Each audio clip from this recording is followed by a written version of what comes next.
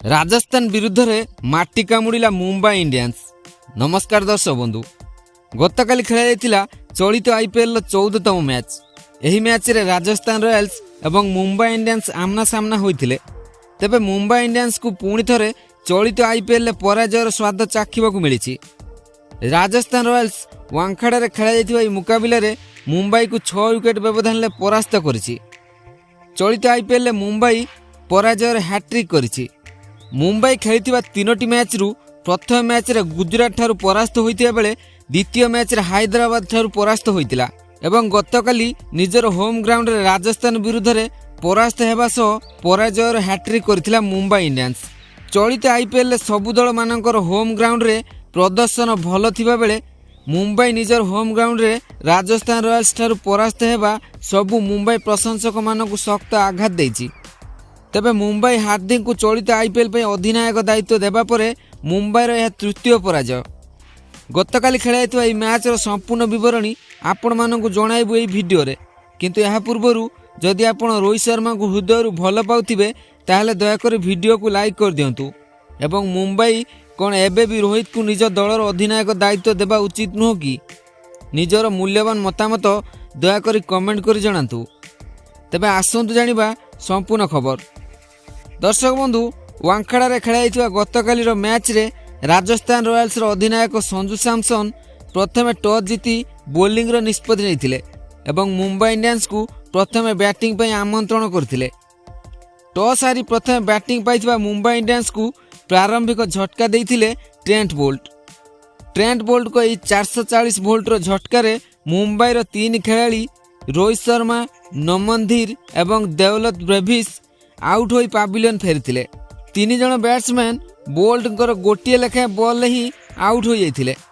प्रारंभिक झटका परे मुंबई दलर अधिनायक हार्दिक पांड्या एवं तिलक वर्मा मुंबई को विपदरू मुकुड़ाइबा को चेष्टा करथिले, किंतु एही 2 जण को आउट हेबा परे मुंबईर अन्य बैट्समैन माने बेसी किछि करि पारि नथिले।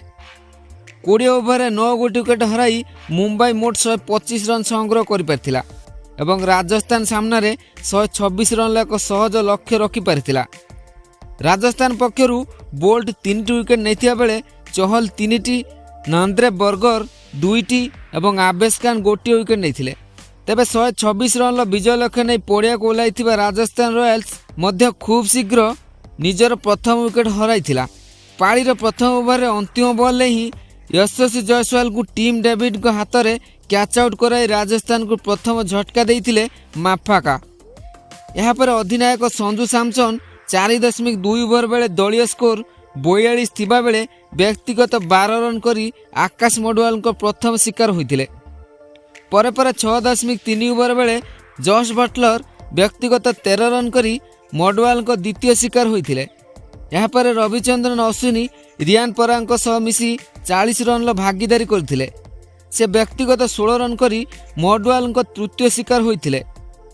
यहाँ पर रियान पराग शुभम दुबे सह मिसी दल को अन्य कौनसी क्षति न पहुंचाई 6 विकेट विजयी कराइथिले। रियान पराग 39टी बॉल खेली 5टी चौका और 3टी छक्का सहायता मोट 54 रन संग्रह करथिया बेले शुभम दुबे 6 बॉल ले गोटे चौका सहित व्यक्तिगत 8 रन करथिले। मुंबई यह पराजय सह चलित आईपीएल पराजयर हैट्रिक करिछि। एपर्यंत खेला 14टी मैच पर मुंबई यह पराजय सह पॉइंट टेबुल सबुठु तले रही। मुंबई पक्षर यह मैच रे मडवाल 4 ओवर बोलिंग कर 20 रन दे 3टी विकेट नैथिया बेले माफाका 2 ओवर 23 रन दे गोटे विकेट हासिल करथिले। माफाका जयसवाल को आउट करने सह आईपीएल निजर विकेट खाता खोली। तेबे दर्शक बंधु, आपण मानक मतरे मुंबईर एभली खराब प्रदर्शन कारण कौन हो पारे? दयाकर निजर मूल्यवान मतामत कमेंट कर जणांतु।